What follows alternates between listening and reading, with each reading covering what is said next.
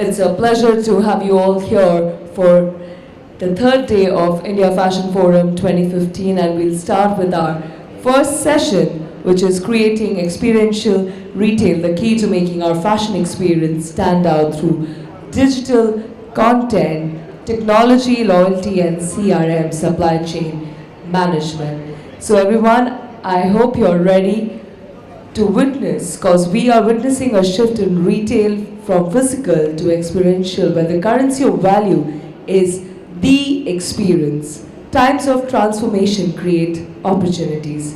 Retailers have to adapt business models and integrate local personalized services with online convenience. With these opportunities come absolutely new roles for the store that will redefine its social attractiveness. Designing these new shopping experiences is not just about immediate sales, but also about creating opportunities to facilitate impulse purchase, upsale, and cross-sale. The challenge is in constructing a seamless shopping experience that integrates the in-store transactional and post-sale goals, and infusing the element of brand affinity in the consumer's soul. The experience must converge to promote discovery in store and the continuation of the sales process at home or on the go. We cover insights into how to create a vision for the modern retail store, examples in which physical store retailers have devised and developed their version of syncing offline with online. How to manifest the brand's core values through the website, store, digital content, and campaign shopper marketing efforts. Key features being used to drive customer engagement through loyalty programs and CRM tools. The new technology paradigms deployed by online retailers to offer an immersive shopping experience, the role technology plays in store. To tell you a lot more about this, to inform you and elaborate on the same, I would invite on stage our moderator for this session, Mr. Ketan Hajar-Navis, Director, India Business and Executive Consultant and Client Partner, ThoughtWorks India. Can we all please put our hands together and welcome our moderator for the session, please? That's nice. We are warming up early morning. And now for lead presentation, I would invite on stage Mr. Aditya Rath, Associate Director, PwC.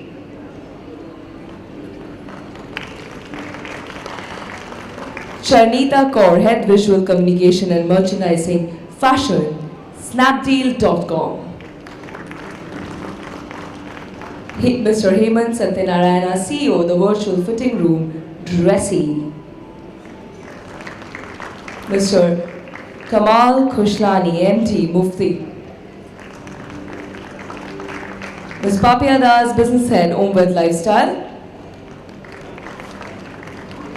Mr. Prashant Bopadikar, Head of Design, Future Supply Chain Solution. Mr. Rishi Vasudev, VP Fashion, Flipkart.com. Mr. Rohit Khetar, VP Marketing and Strategy, Giant Seas. Mr. Abhishek Tiwari, Head Marketing, Ritu Wears, Big Life.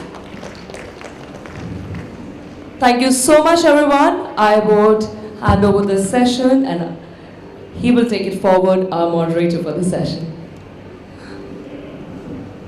Thank you, and good morning to everyone and welcome. I'm just going to move over the chair side. It just makes me feel a little bit restricted out there.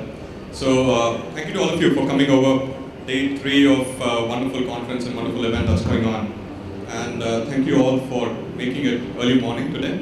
We started off with a bit of a discussion around this topic, but just a quick one. I mean, we talked about online retail. Last 2 days conversations have been moving around in that space about the dividing gap, or not so much of a gap, between moving between the digital world and the physical world. We talked about omni-channel aspects, about multiple things. It's a question about how do you create experiential retail and experience around your brands, and what does it mean for customers right now. It's a very much of a hyper-connected world. It's a device-heavy world which has got multiple devices. Most likely you're at least interacting all of us are interacting with 2 or 3 devices. And if I ask my panelists out here, probably you're going to have 2 devices sitting across somewhere at least. That's there. Looking for a very hyper-local kind of a personalization to happen from the consumer standpoint. And well, the entire business models are changing across. And that's the world we live in. And that's the world your brands are going to be living in. So the entire focus today, and what I'm just going to hand over to the rest of the panelists here to start talking about the experiential retail, or how do you create that experience around your brand. But prior to that, Aditya, I mean, you have something to set the tone for us in terms of the presentation. So yeah, if you could open up with the direction for us and then carry on forward, we will take on the questions from there.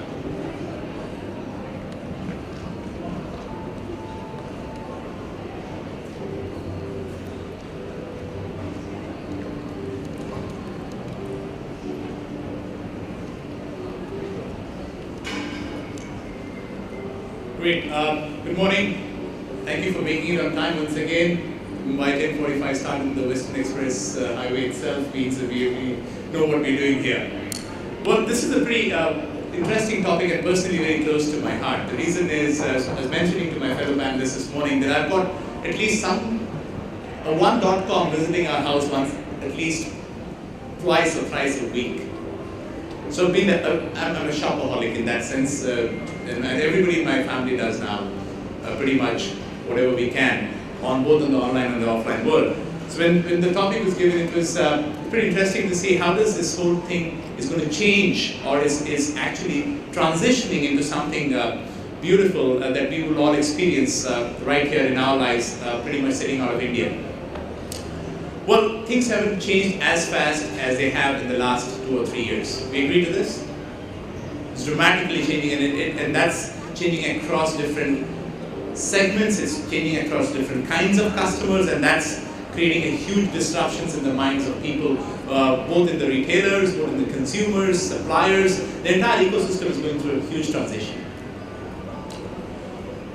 Huge amount of disruptions happening, and if you look at the one at the lower bottom of the screen, those 5 or 10 words that are there are actually summing it up for most of us, the way we see the world, and it's pretty much how India is also looking at demographic shifts, smaller cities, smarter cities, cities which have been created beautifully to manage crowd traffic.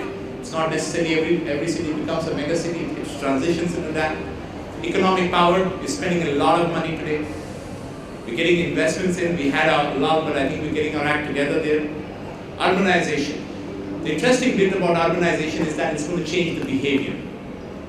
And I want you to hold on to this word called customer behavior for the rest of this session, because that's going to be very important. Because what we're going to do as retailers, or as consultants, or as suppliers, or as brand owners, is we're going to manage that customer behavior. And that's happening, a large part of that is happening because of urbanization. And of course, climate change, the big thing. Are you green? And all of us are sitting in that chair and say, go green with Safe Express, right? I'm not here to promote them, but I think the consciousness is right there. And that's also going to push certain elements of boundaries of what we're doing. And of course, last but not the least, technology advances. It's almost now certain that the technology and machines are going to learn more about us than we know about ourselves. It's just a matter of time. We want them to learn, we give them the data, we go and agree to that, hey, learn about my birthday, which was 10 years back, now learn about the way I behave, eat, shop. I mean, most of us are carrying, I've given up a watch about a year and a half back. It's one of the devices which tells me how I do my day, because I'm a marathon runner, so that helps me plan my schedule. It's pretty much me, and it's happening all around me. Given this is what it is, we are entering what we call as the experience economy. People want to touch, feel, look, see, all experiences put together before they take a decision. And that's what the customers are doing, that's what the brands are doing for them. Whether it is online, whether it is offline, whether it is here, there, it's all about that experience. And that experience is fundamentally changing the consumer landscape. Devices are coming and playing a major role to just push that experience boundary a little bit further. 10 years, 15 years later, we used to go into a store, maybe 20 years later, I coming from a small town in the state of Orissa. So I used to go stand up, I remember, ask for my favorite thing to be given, and the guy on the other side of the counter used to bring it up. I was gone with my dad and done that. I don't know when was the last time I did that ever in the last 3 or 4 years. And that's changing dramatically for my daughters. So what's the new reality? The new reality are the two questions that I'm posing out here. One is that consumers are time and budget constraints in a world that is media saturated. That's the fundamental question. You just have very little time left. Second is traditional strategies are not yielding the results. And that's why we all are here. That's why the topic of discussion is here. What is the new strategy that is going to yield that result for you to push that boundary in terms of your top line, in terms of your profitability, in terms of your customer engagement, in terms of making the customers stay on your website and transact rather than going to the competition? That's the fundamental question. He has limited time, he has limited budget, and you want him to stay with you. That's the triangle that you kind of build in your mind when you look at the new age customer. Okay, so how do we earn customer? We call this hyper-connected customer as the always-on customer. What's up? It became WhatsApp. The 3G signals are on throughout the night on our bedrooms. He's almost literally connected. It's no more the 9 o'clock shop going down or the 10 o'clock shop coming up. They exist, they coexist. The retailer the brand has got the brands online, the brand has gone in malls. So the new age customer is wanting to be always connected. They want to participate. They want to keep talking about what's in it for them, what is it for you. They want to talk about their brands, their shopping experience. They're not shy. They want to make smarter decisions. They want to compare both online and offline, within online. They want to compare payment options, delivery options. Everything, whatever they want to do is based on their fingertip, on the need that is fundamental to them. And the last is that they want to bring in an innovation appetite. Who is pushing us to innovate? That's a brilliant question if you can introspect. The customer is actually pushing us more than the competition. Because the customers want certain things. When we experiment with them, they lap it up, and that's how innovation happens today. The fast mover advantage is going off. Entry barriers are becoming higher and higher because innovation is something that the customer wants today from every brand. What are the companies trying to do? So one side we saw customers, the other side the companies. Companies want to be risk averse. They don't want to take any risks out here. They want drive-through experience, word of mouth. The brand has to go and tell its own, customers have to tell, I got this stuff from this .com, or I went to this small and brilliant store. What kind of an experience? I saw myself in the mirror. In 3 minutes I was able to do the transaction. I didn't have to wait in the queue. I didn't have to find out my size by going through several sizes up there and struggling to find out where the help was there. Transient expectations. It's a pretty interesting one. One category is doing great online. What's the other category doing? Can I give the same experience consistent, let's say in a marketplace scenario or in a brand scenario where I have the breadth of my brands are quite big. And last but not the least is customers are talking and companies are listening, so everyone has a voice. If you are thinking that it's just about website listening or social media listening tools, no, it's gone much, much beyond that. Customer analytics is playing a critical role across companies deciding what kind of operating model they will take. Given the scenario that we are in, the fundamental question now culminates that, does your brand experience attract new customer, foster greater share of spend, and earn loyalty? Remember the triangle that I talked to. And these are the 3 bullet points. It needs to be on your website or on inside your store or at wherever you are selling. He needs to spend more time, more money with you as long as the wallet share increases, and he needs to be loyal, going up the advocacy curve. You do a CRM, you don't do a CRM, that's not the choice. The choice is he needs to be loyal. So what are we trying to move from? We're moving into a customer-driven solution. Pretty much, these are industry terms which have been thrown out here for the last 3 days. But there are 2 terms that I want you guys to look at. One is micro-customized. Everybody wants that customization to be me, myself. How do they talk to me? They don't care if it's the same experience getting delivered to the 2 people that you're standing and sitting next to at your work desk. Hey, then do they know about me? Are they talking to me?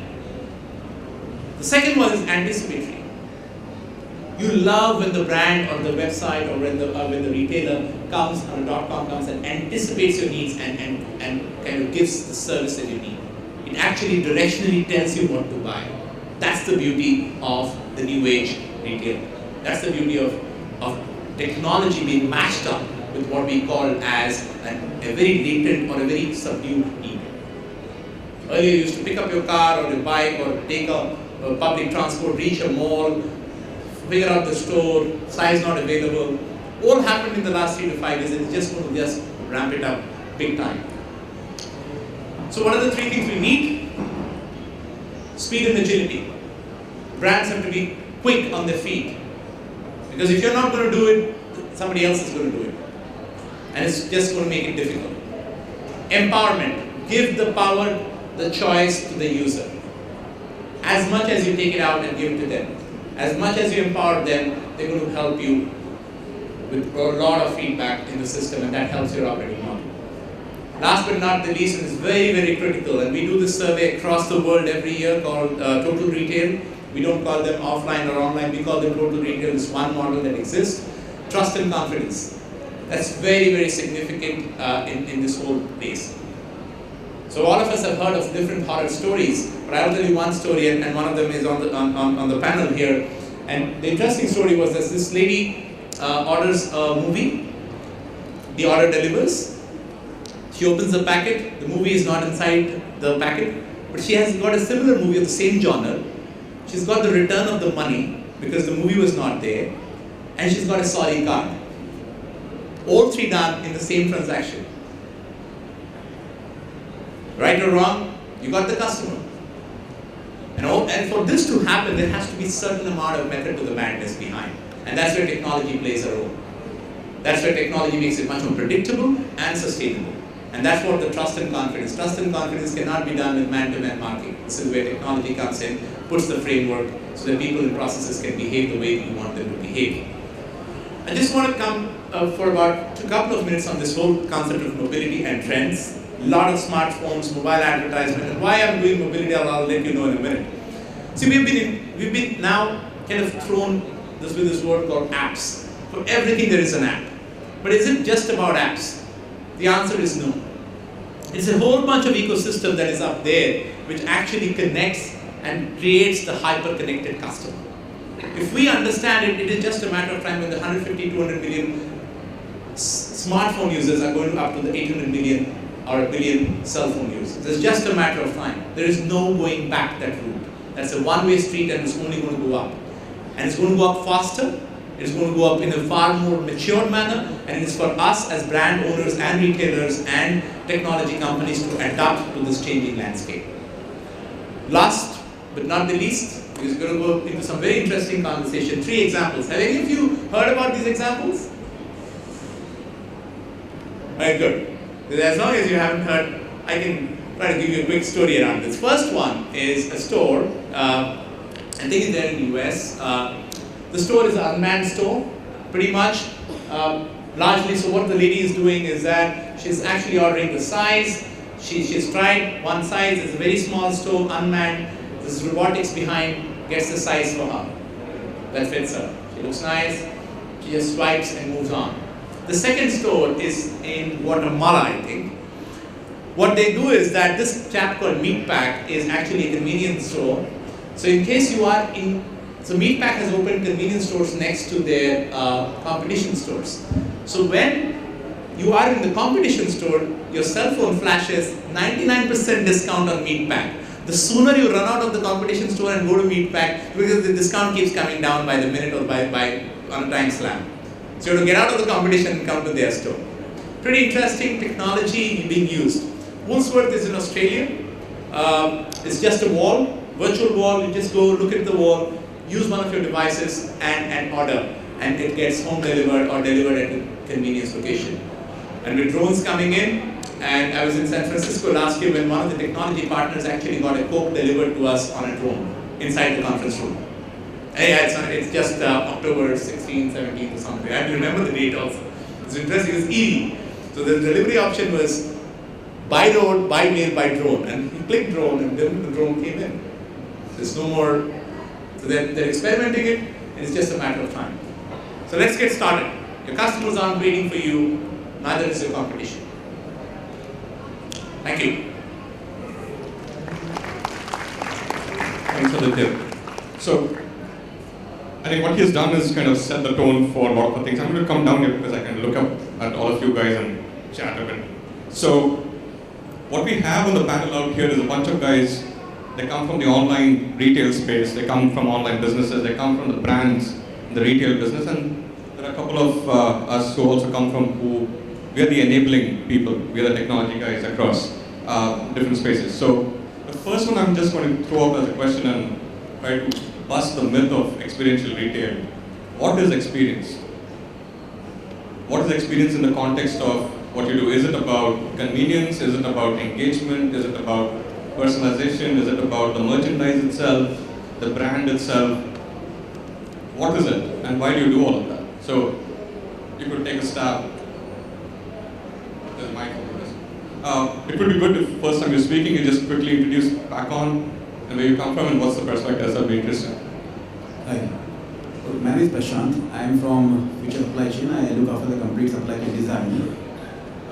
As you know, Future Group also is trying a big way to omni-channel. The question basically which is to be asked today is how do you going to balance the offline and online retail? Because in offline, you have got the great experience, there are creators available who can show you what merchandise to buy, where to buy, and what to buy. So when you try to go online, you have to create the same experience. And you have to actually balance out both. Because online, if the experience is great, and if you go back to store and if you don't find that experience, it's going to be a very difficult thing.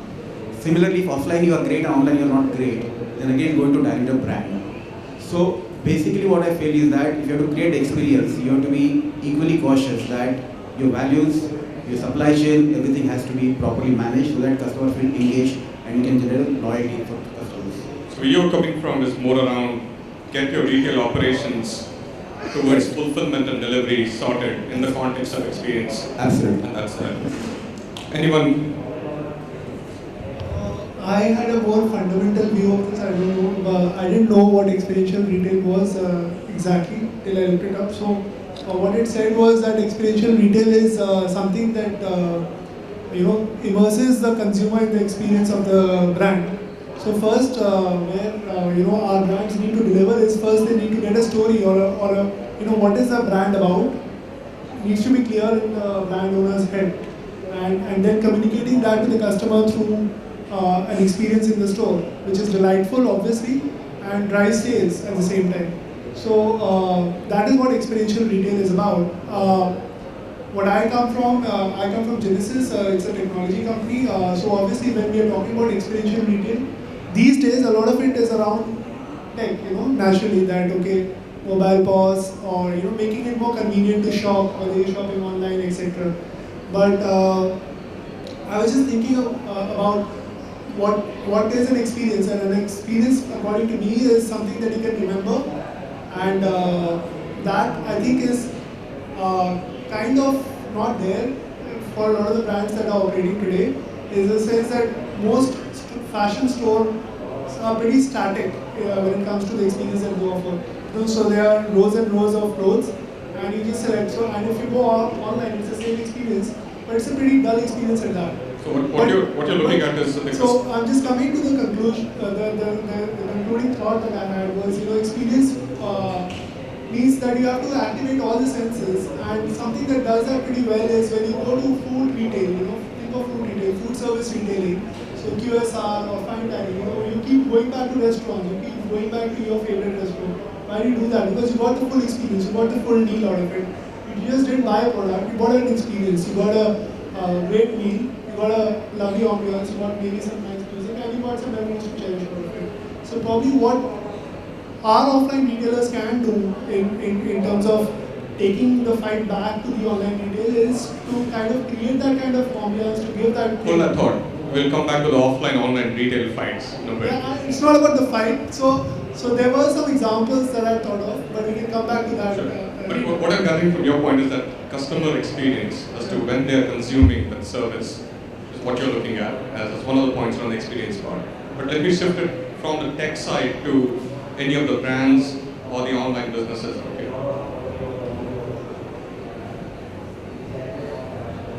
Very good afternoon. I'm Abhishek. I'm from Rituways. We got 12 stores. Basically, it's a multi-brand outlet. We have our footprints presence across 5 states in northern part. Well, for a modern trade point of view, experience is very customized, tailor-made solution to your customers these days, because he's got a lot of options available through omni-channel presence. If he wants to buy something, he would be having a number of options available. So what he will look firstly would be the combination of convenience, the customized choices, what he wants to buy, and the deal, along with delightful experience. So combination of these 4 things comes and is, as an experience when it comes to the shopping offline. Hi, I'm Shanita. I work with Snapdeal. I think experiential retail to me is building or bringing in those bite-sized, very small little happy memories built through various channels across for any brand. So be it an app or be it mobile or be it web or be it offline. You've got to build in those happy memories for the customer. So that could be in terms of just remembering the customer's name. It could be in terms of sending the thank you card like he mentioned. So it's just about building those happy memories, I feel. Okay, so we are still hinting around those memories, which is fulfillment of services, delivering to that promise, Knowing your customer. And giving him what he really desires. What do you want to do? Hi, for those of you who don't know about experiential retail, I'm one of them. We are a 6-year young retail company. We're promoting this brand, menswear brand called Mufti. Of course, the brand has been around for 17 years now, but we've been in retail in brick and mortar retail for about 6 years. Found our bearings about 3-4 years ago and are learning about brick and mortar retail. And here we are now trying to run and find out what is experiential retail. I think I'm here to learn more than say anything. But when we talk all experiential retail or people are dying to do all this because of the so-called disruption they see from online retail, I don't see any disruption from online retail. It is just complementary to your business. That is a technology-driven business, and brick and mortar retail is a more touch and feel and a service-oriented business.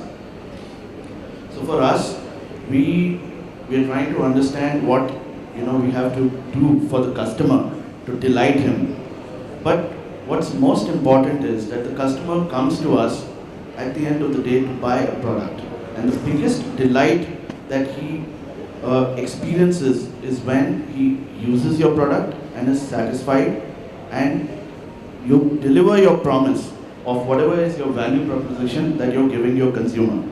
I think in our quest to try to do other things, we should not lose focus on the main thing, which is the product, which the customer comes to you for. Along with that, yes, we need to try and improve for him the environment, whether it's in our brick and mortar store or whether it's in our online space, wherever we are available. Try and make his experience that much more happier. The little things that you can do, of course. And I think all of us are learning, all of us are trying to do different things. And we'll know when we have more success stories on this. Focus, the key takeaway, what it stood out was more about you're saying, know your product, know your customer, and you're delivering to that. The product is a core, so your merchandise and how you look at that. Abhi, how do you see experience in the context of where you come from, and what's experiential retail for you? Hi, this is Fabia from Homemade. Homemade is basically offering the wellness product through the balanced living. Okay, and I think that customer, the sales executive, okay, who are every day dealing with customers. I think if the sales executives are well trained, okay, bottom line is a buyer and top line is a sales executive. Okay, I think the buyer is the best trainer to train the sales executive because they are buying the product, they have some ideas. Okay, when it's going to the stores and the things will change. Okay, so I think buyer is the best trainer to train the sales executive so the sales executive can give the proper information to the customer. Okay, and also the offline or online if I talking, and I think if we make a digital world in the stores, okay, so that we can connect our offline customer in our online site like our Facebook page or Twitter page or whatever online portal we have. Okay, so they will directly connect and also customer can check the price what is available in the online and they can compare in standing in the store. So that's the way that only channel people can connect the offline customer to the online site. I'm not going to use that word which I said, it's a beep channel right now. It's been beaten around quite a bit. I was told before I came into the conference by my team said, do not use that word at all. So let me use it as unified experience. And then put that. But yeah, that's an interesting point about channeling everything together and kind of giving a combined one unified experience across. Rishi, yourself. Yeah, hi, I'm Rishi. I'm a VP Fashion in Flipkart.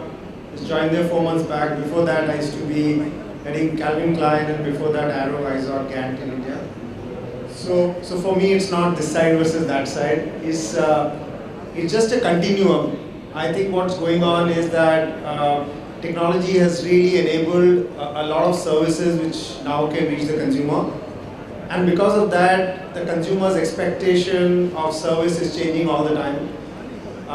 So therefore, it's about how brands use the different facilities that are there or the expectations that are built in the consumer's mind to deliver their product in a unique way. So what is happening is that the machines are learning much more about consumers, and consumers expect the sites or the online portals or your stores to know more about you. And then as a brand or as a seller, if you do not use that information, you are actually disappointing the consumer. Also, if you don't have an integrated strategy to serve a unified experience to the consumer, you are again disappointing him. Just imagine that you logged into your bank account through your mobile, and next day you went to the branch and it said, no, you have to maintain a separate account in the branch, a separate account for your ATM, a separate account for your online experience. You would say, why should I do that? You guys should figure out how to take care of how to unify the various points through which I want to reach the service. So what I want to say is that what was hygiene for a consumer is moving very fast all the time. 10 years back, brands didn't think of stores. They thought, oh, we have Shopper Stop, Lifestyle, multi-brand stores, and they would retail. We are into making brands. But then you quickly learned it. I think this is moving at a very fast pace. So people need to figure out how to deliver this experience to the consumer through the various channels that are available. The expectations are shifting fast. So if you don't keep up, you really spoil the consumer experience, and he quickly moves on to other brands. And therefore, my message is that it's all good for the consumers, all good for the brands. The challenge is how to use it in a way in which you can give more and more differentiated experience and win the consumer. That probably seems to be the key, the differentiated experience that puts your brand connected back to your consumer. Learn about the possibilities, keep up with it, and keep adding the differentiation to be ahead. I'm just going to flip across here. You're the one who's also creating experiences of a different kind. So where do you come from on this, on the experiential retails? Sure. Hi, my name is Hemant. I run a company called Imaginate. We work in the space of augmented reality and virtual reality. One of our products is Dressy, which is a plug-and-play virtual fitting room. So to me, experience is about personalization, right? So when you look at online stores, I believe that a lot of online stores can do much better than what they're already doing. There's a lot of data analytics all around us. But I think the best that I can see in terms of some sort of personalization is targeted advertising. I know a customer walks into a store, and let's say walks into an online store and he walks out. then you could use Google AdWords to target the customer, with showing the same exact dress that the user considered buying but didn't buy. Right? You are able to track the customer wherever he's going to actually prompt him to buy it. But how about prompting the customer, or rather telling the customer that, hey, we know you. This is what you think you would like, and when he visits the store, how about showing apparel that he would prefer, or he or she would prefer? How about showing apparel that you think would fit the customer, rather than showing a mall out there and asking the customer to go through the mall and digging through different apparel. So to me, the customer is pressed for time. So how about making the best out of that time and show apparel that would fit the customer and the apparel that the customer would like. So if I go to the offline world, there's already the salesperson in the store who is sort of doing it, right? Salesperson, when a customer walks into the store, the salesperson is like asking the customer, hey, I think you're this size, what do you prefer, ma'am? Do you like this style, whatever, right? So there is some sort of a data that he captures from the customer, and then without the customer having to spend a lot of time in the store, the salesperson would actually show different apparel that the customer would like. So but even that can be enhanced, because let's say a customer walks in and then into a brick and mortar store and walks out. How do you even know more information about him, right? So for that, something like a digital wall or in-house digital experience where the customer can leave some footprint of herself, which the retailer can take leverage of and sort of give a more personalized experience to the customer, not only in store, not only in the brick and mortar store, but also when he or she leaves the store. So what you're bringing about is your in-store experiences, your immersive experiences. We're talking about personalization. Right. And you're keeping the customer right over there, saying know your customer. That's probably back to your point that you were making about know your customer well, deliver to that.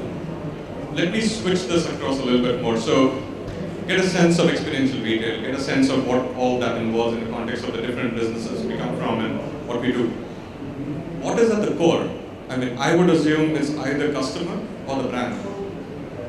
What is at the core of all of this experiential bit? What are you serving at the end of it? And probably we could go with the businesses straight out. We'll just follow. So, someone's looking at me. I want to ask you, Chandida, since you have the mic. Straight out. Thanks. I think it's the customer. It's definitely the customer. And if you could expound a little bit more about why the customer is at the center of that experiential story, concept, strategy, thing that you're doing. We're dealing with Generation Z here, and it's completely connected. It's about the celebrity generation. It's about the I am a celebrity on Facebook generation. So it's about me. It's always about me for the customer. And understanding the customer is important. So we have to make it about them and personally make it about them. So it has to be tailor-made to their needs. So it's definitely about the customer. And the brand has to talk customer. And so do we. Okay. To me, it's customer, obviously, because I feel it's expression of individuality. Everybody has got different taste these days. Definition of customer is definition of choices and experiences changing. Say for example, delightful factor for 16 years old kid who is so tech savvy these days is not the same vis-a-vis 25 years old youth or teenager. So everybody has got something very customized need. We need to understand, because every brand has got a niche product portfolio in terms of catering to that specific segment of customers. So we keep doing a lot of innovation in terms of providing to fulfill the aspiration of that segment, but with the different options available, as we mentioned earlier also, customers' expectation is changing every day, and they want more tailor-made stuffs. I'll give you an example.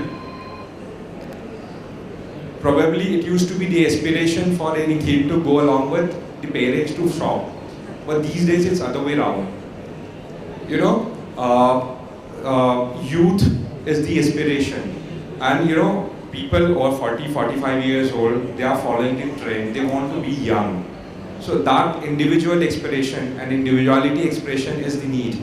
So to me, the experience is revolving all around the customers. And in any product, when we introduce a lot of new innovations in our label also, that is the central focus.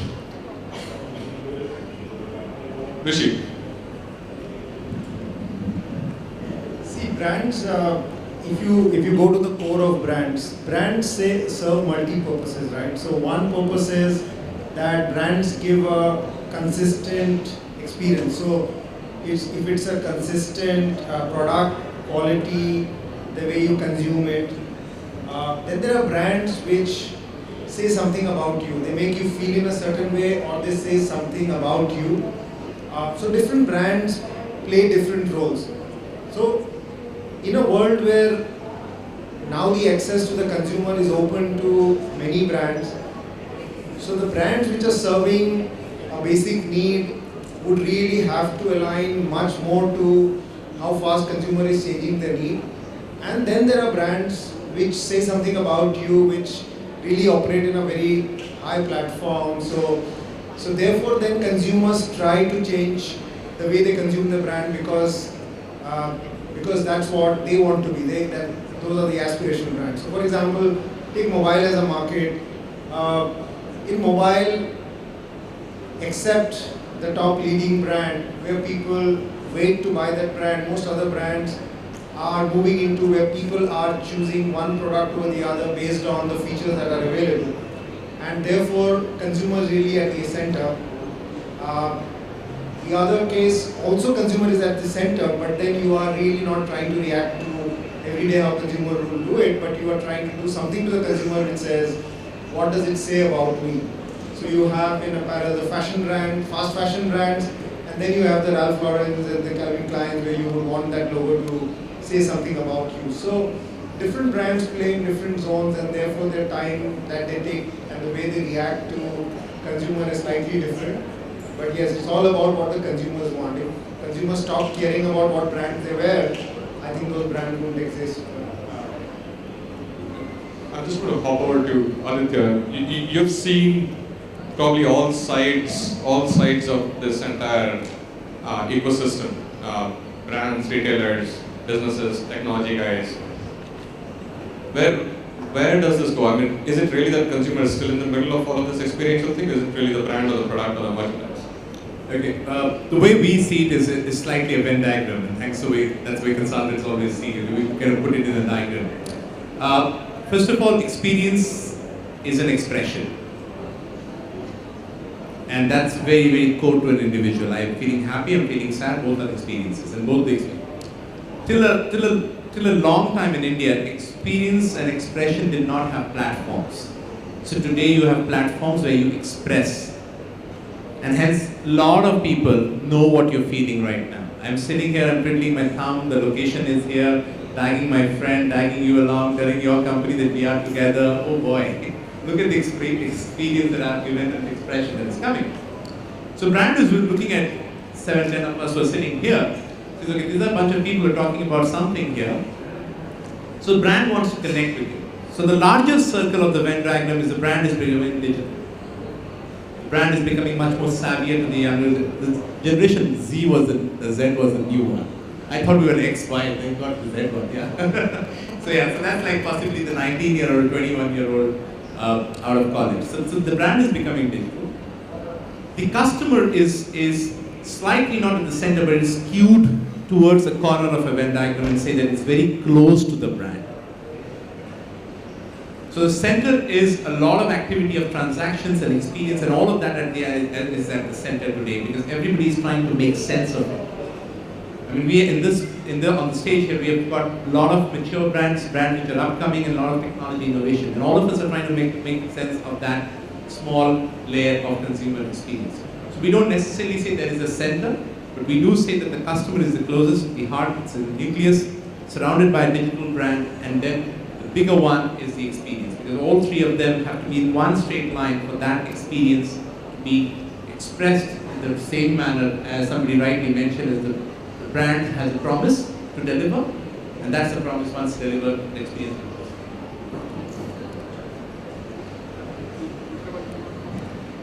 Just feel free to pick up the mic and talk. I mean, you guys have a lot of knowledge out there, so don't wait on. The brand and customer, I feel in today's generation, how many people who are brand conscious?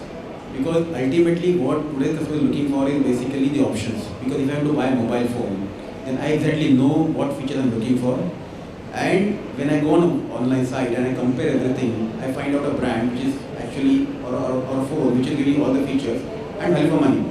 So I think today the most important thing is how you're going to satisfy your customers by giving more options on your website. Plus your last mile delivery, because today if I can take, I don't know, Flipkart basically or Amazon on the last mile delivery, they are actually spending a lot. But that is only because they want to satisfy the customers. So I think customer is the core here. Chetan, you took the fun out of what I wanted to say when you asked Aditya before I could speak. Sorry, let's just keep him at the corner. I'm trying to bring it back though. Sure. I'm a little more selfish than most of my co-panelists here. For me, it's me who's at the center and my business who's at the center. So I think whatever I'm doing, I'm trying to keep my customers with me. So I'm trying to learn, or we're trying to learn to do something to improve their experience, like I said earlier, whether it's online or whether it's offline. So if it's a better way to say it, that the customer is at the center, then okay, we can say that. But I think it's for the... It's an interesting one, because you could always take a stand that the consumer is always at the center of what we do, but somehow or the other, in this entire bit about experience, it's also about that brand that you're creating, or that entire, you're about something. And that's what also has to go out. It's a very strong, I like the Venn diagram bit, but it's our concern thing, because we'll keep on talking about the Venn diagrams. But here's the bit, right? Experiential retail experiences to be created. How do we create it actually? You've talked a bit about information about the customer. You talked a bit about merchandise. Let's get down one notch lower. How are you guys going about it?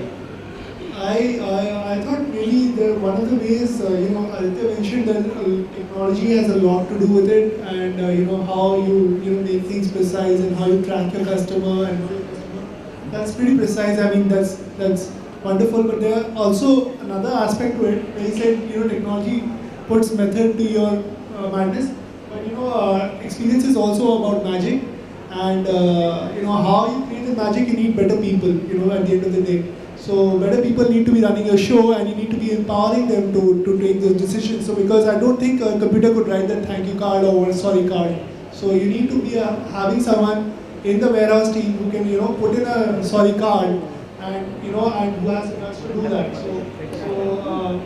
And getting the CEO to take care of any small decision like that is never going to happen. So let me connect what you were talking about, and somebody else brought it up in terms of the people, and I think Papia, you talked about the trained folks at your site. It's almost like you're talking, where do you optimize where your folks are also empathizing with your own brand, with your own position, saying that this is the pride of what we do and what we come back with. It probably might be an important part of the overall experience story itself, right? I mean, one person can spoil that entire experience, whether you're talking on the phone, whether you're at the store or whatever else. But that's an important one.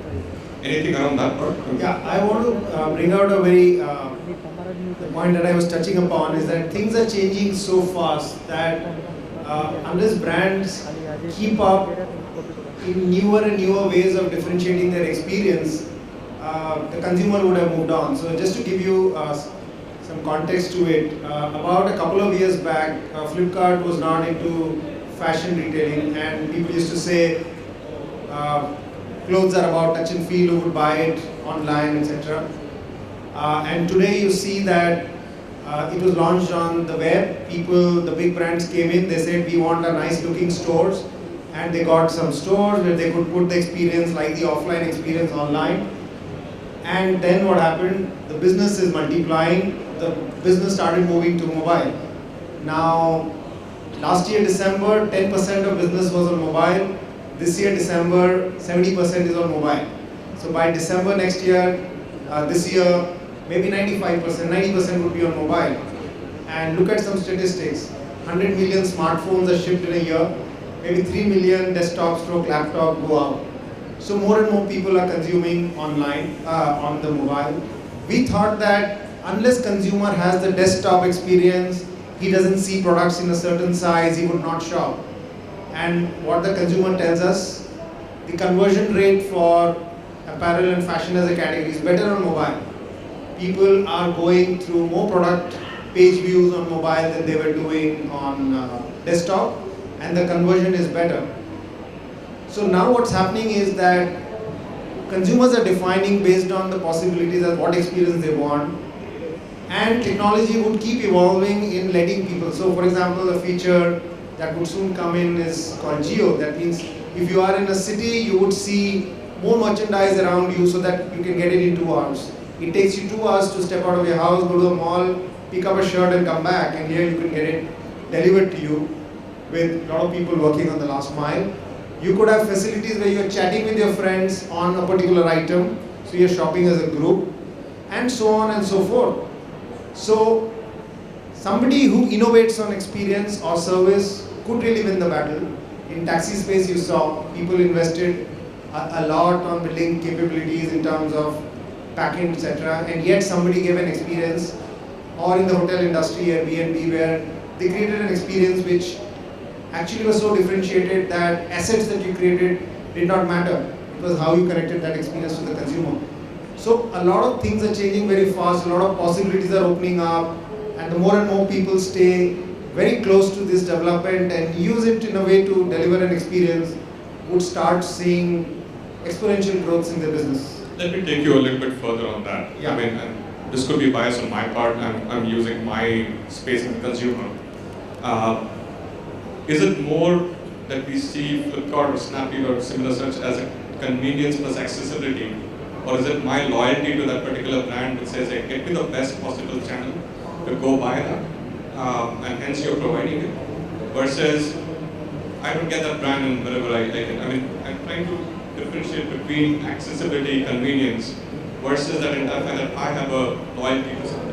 So anything that grows exponentially, so in the world of online, business doesn't grow at 10-15% per year, it grows at 10-15% per month.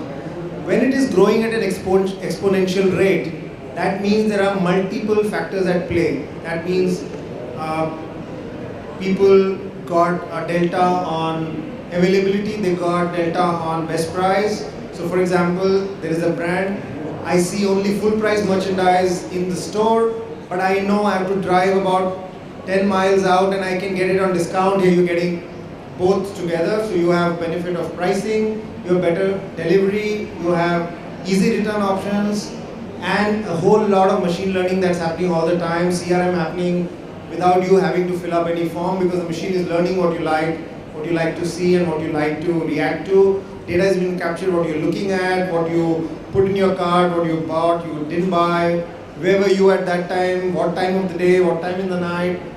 So therefore, these multiple factors are actually getting multiplied and leading to exponential growth. So I can't put a finger on saying this one thing is making it happen, but there are multiple factors at play, and therefore you see exponential growth. I did see Charito pick up the mic straight out. Not bad. I was supposed with it. I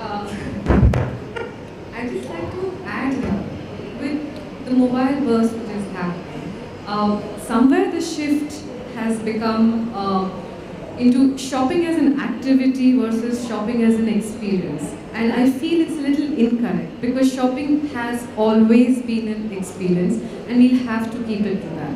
So understanding that yes, mobile is quick and I can look for products and maybe it gets delivered in the next 2 hours and all of that, and technology, which is a part of it, is great. But again, how do I personalize it for that person who's shopping and make it even more richer, so that the person is hooked onto my app and not go to the competitor's app and maybe compare prices and stuff like that. So I think that's what is more important. Increasing the shopping time, making them linger onto my website is extremely important for me. And yes, technology does play a very strong role with that as well. Perfect segue into some other points about saying that if you're talking about all of these things, you obviously are reaching out to your customers, you're reaching out in some form. There's this entire bit about what kind of content, whether it's on your websites, your cell phones, your visual merchandising, your tons of stuff. There's this big monster sitting in the back that says, what do I do with all of this content over there?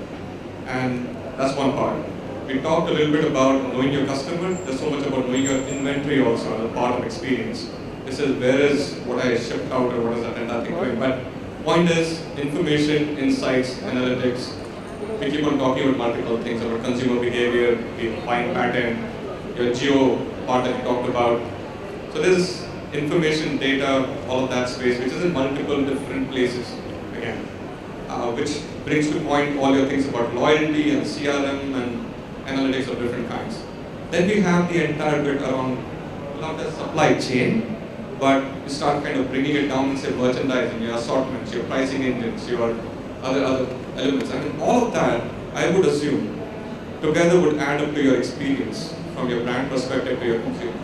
One of them fails, I would assume that it's going to start eating up into your overall, or dilute your brand personality or your brand position. Let's start with Kamal or with Abhishek around what you're talking. And I would also like to go back to Prashant, yourselves about from a technology point of view, where do you see all that coming back? So Abhishek, if you could go. Firstly, I want to mention we came almost a year back in e-commerce business, and initially we started through our own e-commerce site. Lately, been associated with a lot of marketplaces. Thanks to Rishi and other sites, Flipkart, we've been getting almost 60% of business through southern market where we didn't have a footprint present. I'm talking about 60% of e-commerce numbers through south market where we didn't have a presence. So, which is phenomenal. Likewise, secondly, almost 18% of our customers are visiting our stores and then buying from shop online, and close to 15% is other way around. So this is the change in experience. Well, I was chatting with somebody, and Google recently got the data in Indian market around average spend of online shopping. It used to be just for the sake of shopping earlier, where it has been delivering experience. Right now, average spend of per person is 1.5 hours to 2 hours per day. So imagine we traveling all the way during the office hours. Everybody is on mobile.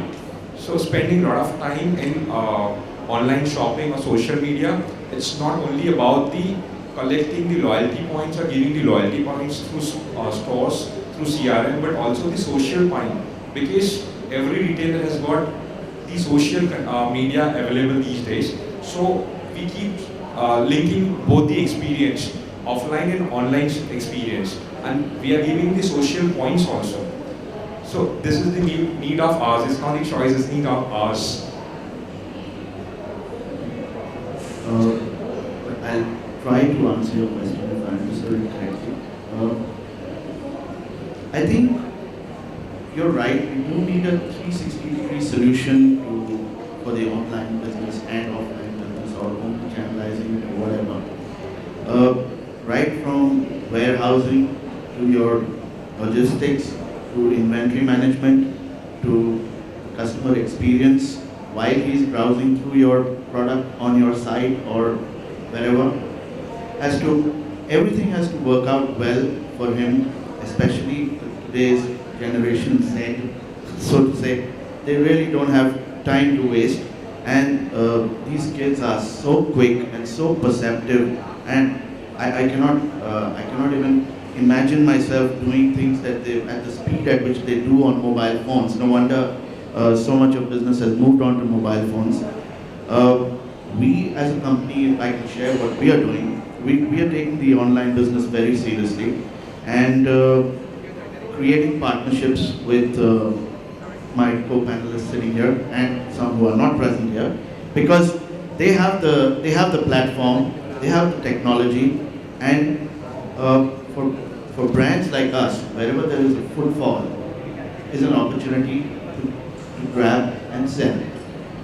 I don't know what's the jargon for traffic on your website, but wherever there are visits, we have opportunities to sell.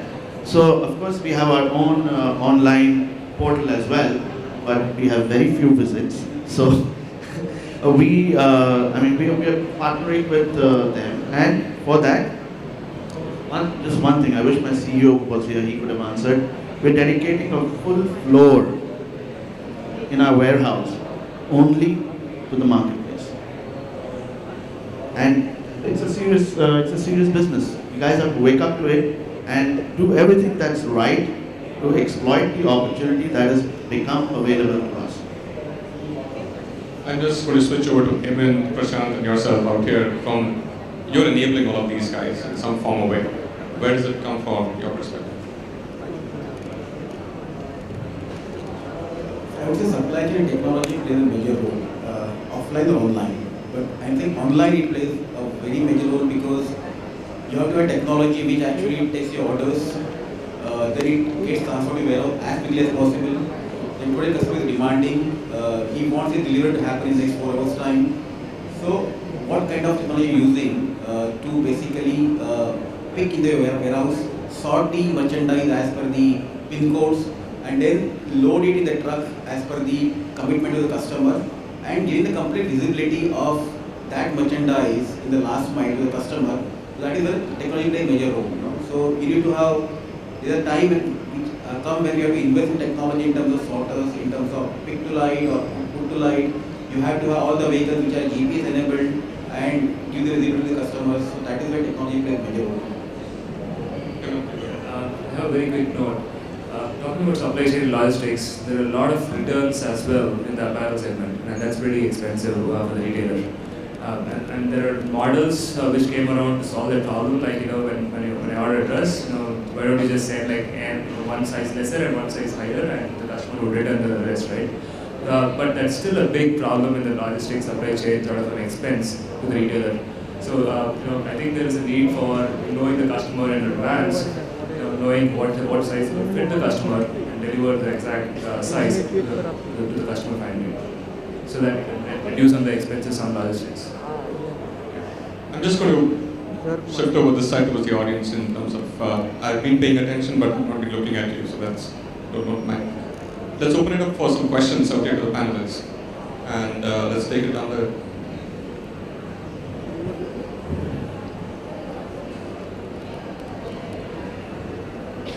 Hi. I'm a firm believer that every business is important and everybody has their customers. But especially for online retailers, what's the identity that you create? As a brick and mortar, we have our stores. I can visualize Mufti right now. So if I were to remove the brand name from online space and just put some kind of remove the name there, how do I identify which site am I? And what percentage of your business is at full price? And what percentage of your business is at markdown price? That's what my question is. Rishi can answer the markdown price piece better. And just to answer your question on the brand name perspectives, we are a marketplace, we're like a mall. So yes, character to the mall is important, which we do with our brand identity and brand communication perspective, which is very different from what my competitors are doing. But yeah, we are not a brand, we are a marketplace, so to say. So yeah, over to you, Rishi. Yeah, so coming to that whole question of price. So price is the price at which consumer buys you, right? It's not MRP minus discount or so. In online, you see a lot of behavior where if people feel that $9.99 is right price for a shirt, they buy those brands which say $9.99 fixed price. When we do online, offline, we say, okay, when we make a product, this should have so much multiple to run my offline, and therefore when I sell online to get so much business, I discount it. actually people brands who operate online really look at the right price. So there are brands, many national brands who don't discount even 1 rupee online, 100% full price, and they have great sales. There are brands for whom discovery happens only when they participate in an offer, and therefore then discovery happens. So it's how consumer searches for you. So if you are a strong brand company, the consumer comes, types the search word, and he gets to you and buys you, he is ready to pay that price for you. If he is not trying to find you, you need to find him. So you try to attract him by putting price offs, right? So it is consumer who is deciding the price. So it's a myth saying full price, discount, etc. It's the price at which you get discovered and get the business. And there are examples on both sides.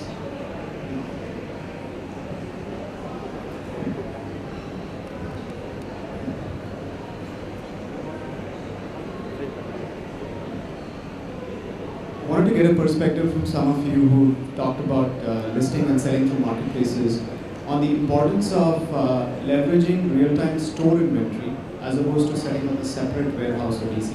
Because one thing that I see happening in Indian retail is that foot traffic seems to have fallen, right? I don't know the numbers around this, but a lot of stores are emptier than before. So there is idle inventory in the store, and I think there is value in tapping into shipping the store inventory and possibly also getting it to the customer sooner, because a particular store, when looked at as a DC or warehouse, could be closer in proximity to a customer. So has anyone started doing that? And if not, is it technology or some other issues that are preventing this? Okay, 2 years from now, how we see it is that consumer is going to, one of the important factors on consumer decision on buying online would be how much selection you put, and second is how fast you can get to him, right? So currently most of players are playing from one warehouse or a few warehouses, but I see that in a couple of years most of the brands would have sorted out their omni-channel strategy. Their stores would be clean in terms of data and real-time connectivity. At that time it would make great sense that if all the inventory that a brand produced is actually live online. So if you have a store in Guwahati, a customer searches for a product, he sees more products which are closer to him, he's shopping from Guwahati, he sees, and then you can deliver him within the hour, right? Rather than shipping that product right from Bombay, it means more expense, more time, and therefore he might switch to another brand. So I see that more and more people would start seeing it that whether a consumer walks into my store, whether he calls me and I go and deliver that product to him, or whether he goes online and orders for a product, I should give a seamless experience, and therefore it's not about this versus that, but I'm using all the resources, all the capabilities that I've built in terms of physical infrastructure to satisfy the consumer. Just to add to the technology problem that you raised, these days the concept of CRM is becoming passé. It's called customer experience management. So almost everything starting from the front end to the supply chain, to the last mile, to the person who's actually delivering to the end consumer, everything is now connected as a part of the same trend of delivering an experience. And most of the brands that you're seeing out here on the panel, otherwise are not here in the room also, are actually doing that in some form or fashion. It's just that they're at different stage in their transition journey from a CRM to what we call as a CXM from a jargon perspective. So as technology is going to actually lead that way, push it forward. I had a question for Snapdeal and Flipkart. I'm selling on both your portals. It's a brand called Indiaretailing. We're doing really well, but the problem we face is that you don't share the sales analysis or the sales data with us. And that way we don't know, I think this gentleman here from Ritu is very lucky that from his portal he's able to see that he's selling more in South India. And to tailor the product, it's really hard if we don't know where the product is being sold. Are you planning to bring that to your brands soon, anytime? Yeah, so one of the big promise that we have is that our sellers will have a huge access to analytics. You will actually have a portal where you can see data about who's buying, how much is he buying, etc. So there would be a lot of information, because the more you are able to learn from that, and the better products are aligned to consumer needs, our portal keeps getting stronger, because consumer then comes and finds the things that he wants. So an important part of our strategy is really to pass all this information back to the sellers, and sellers keep upgrading their products, the right price, the right fits, etc., so that the platform keeps getting stronger. Right? So, is there a time frame? Is there a time frame? Do you know when you'll be able to have that available? I can send you the details. If you share your card with me after this, I could get somebody to. What about Snapdeal? Well, Snapdeal is already doing it to a far extent, but yeah, making the platform more robust is something that we're definitely working towards. We've already had the seller panel on the mobile app, and yeah, we're making it more and more convenient for sellers to get access to data and therefore use it to their benefit. On Marketplace, we can see it, but on SOR, we can't. Sorry? On Marketplace, Yeah. we can see where the product is going because we are shipping it. Yeah. But on SOR, it's very hard to find the data. I'm going to take that feedback and give it to my team. Thank you. I have one more question for Flipkart. Can we just go across the room and come back in case there is so a couple of questions, somebody else? Looks like you're in luck. I just wanted to know why Flipkart is stopping SOR. Is it a warehouse problem or are you changing your strategy?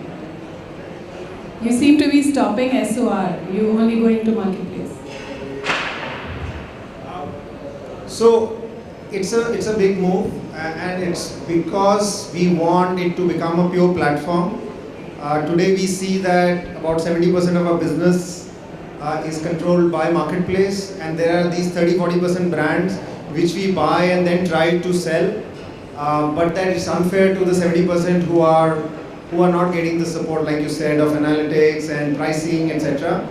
So we want to move ahead and make it an open platform where, whether it's a big brand, whether it's a startup, it's a small seller, everyone has a platform to them, and they can then maximize how they reach the consumer, rather than Flipkart trying to influence certain brands by buying the stock and trying to sell it. So that's the move, and that makes Flipkart much more scalable and gives us and allows us to focus really on strengthening the platform rather than trying to buy and sell inventory. You're not buying on SOR. You're not buying on SOR. You're just stocking it in your warehouse, right? No, as a philosophy, whether it's SOR or outright, when a team is sitting and trying to buy stock or guide you into what you should send to our warehouse, it is constraining, right? If you're growing 3x, 5x, you cannot keep, it's not scalable, right? So, an Uber cannot get into hiring some taxis and putting other taxis on the app. So, it has to be a scalable model, which is what we do. So we're coming on time for this entire panel discussion. I'm going to pose another one for the panelists in terms of each one of you actually. What's the future of experiential retail? Where does it go from here? What's the future? What are you expecting the world to get to? We'll come to him last. I mean, he's got all the information across here. But why don't you go first, actually? Well, I feel that experiential retail is the way forward. It has to go ahead from here. Whether it goes towards mobile, whether it goes towards having the digital wall in a mall or floor, as you talked about, is for everybody to wait and watch. But technology is taking experience to a bigger level. I'll give you an example. So Burberry recently did this in Beijing, where they actually had holographic 4-dimensional models walking down and then suddenly bursting into red dust, just like a David Copperfield story. So that was an experience, that was an awe-inspiring experience that they sort of built in. Now Burberry's already done it, and there's a lot of scope where I see that Indian retailers, Indian brands, online marketplaces, we can learn a lot, and yeah, the way forward is to get it done. I'm going to come to all of you one by one. So. I answered that right at the beginning. I'm going to learn. I have no clue what is going to be in the future. We have a good team that has got us so far, and we are wrecking our brain, and we're working towards getting better at experiential retail. I'm sorry, that's all. That's fine. Technology and make customer a celebrity of your brand. Because customer is a team and give them more and more benefit, try to meet and exceed the customer's needs through the advanced technology. That's going to be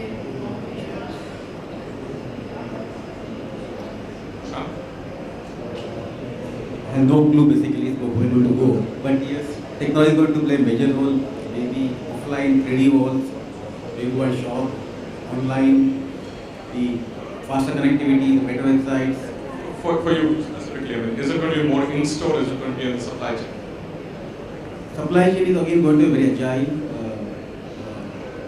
What customer order, they have to deliver on time.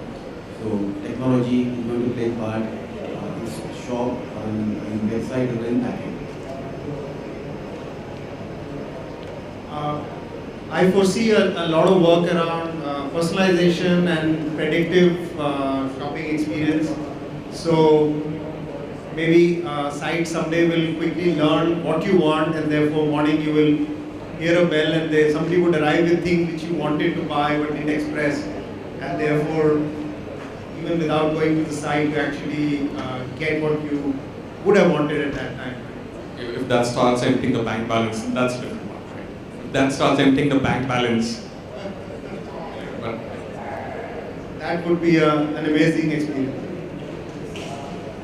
Yeah, experiential retail has a great future ahead, but a lot of work needs to be done in kind of making those kind of predictive algorithms available for the entire ecosystem. So, as you said, Flipkart is working on that. But for the offline retailers too, they need some more help and support where maybe Genesis or other companies would come into play. Maybe ThoughtWorks, around analytics and providing support in that. Abhishek. So to me, the future would be in the smartphone, right? I think every store will be there in the smartphone, and I don't think it will be just in the form of a 5-inch smartphone. I think it will be a digital wall which can be empowered by a smartphone. So you can see phones empowering a digital wall all around you, 360-degree immersive retail with the phone. And you don't have to go through a million dresses in a 5-inch phone. That will be a problem going forward. So I'm sure things like Google Cardboard and when they're coming for a very cheap price, like about $5 a piece, the smartphone can power the Google Cardboard or Cardboard kind of an immersive device to create a 360-degree all around you, a retail mall around you where you can quickly go through any dress that you want within a matter of seconds. And that's my take on the future. Well, we are working in terms of experience or marketing, not only in terms of marketing, but also cross-functional team we have already involved. Like, we have already initiated future fashion and fashion forward through category team. We have already lined our supply chain to speed up the delivery through e-commerce sites. We have already initiated the pilot in one region, which is very close to our store, where we can probably supply product within 4 hours. So people can see online with the Genesis, we have already changed. We are in the verge of changing the CRM process also. So all these changes is happening because of the change in experience and unconventional way of typical marketing providing the customer in terms of overall experience. Aditya, is app that you close it since you started with it and set the tone.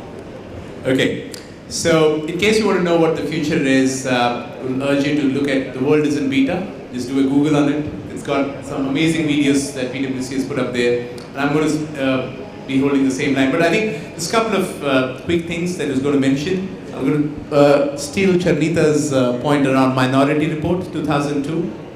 So what's happening in Minority Report? Have you guys seen Minority Report? He walks into that mall / place, it kind of reads. So machines will know more about you, about us, about me, about who I am.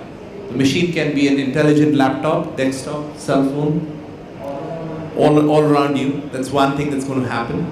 Second is your behavior is going to be now preempted. So you're going to actually behave the way machines want you to behave by giving you leading questions or leading situations, and you're going to react to it. The third piece is payments. We are Indians. ये चीज़ बहुत अच्छा लगता है कितने we look, that's not going to change. It hasn't changed, it will not change. Payments, the trust. So we did not discuss it because of paucity of time, but there's going to be a lot of changes around that place. So just keep mobile wallets, the way the payments are going to be made, retina scans, a lot of that is just going to be a matter of time as to how we can secure, so that the people who are not so, I would say, privileged, like many of us in the room, are actually the larger India that is going to be a part of the story. So far, the larger India is just waiting and picking up one thing after the other. So the future of retail is also going to be for about the 3/4 of India, which is not here. So it'll be interesting times for all of us. Fantastic note to end, and thank you all for spending time and discussing about your businesses, about where you think experiential retail is. Thank you all of you for being here. Stand over. Thank you so much, and that was an interesting panel, and on this high note, we come to an end.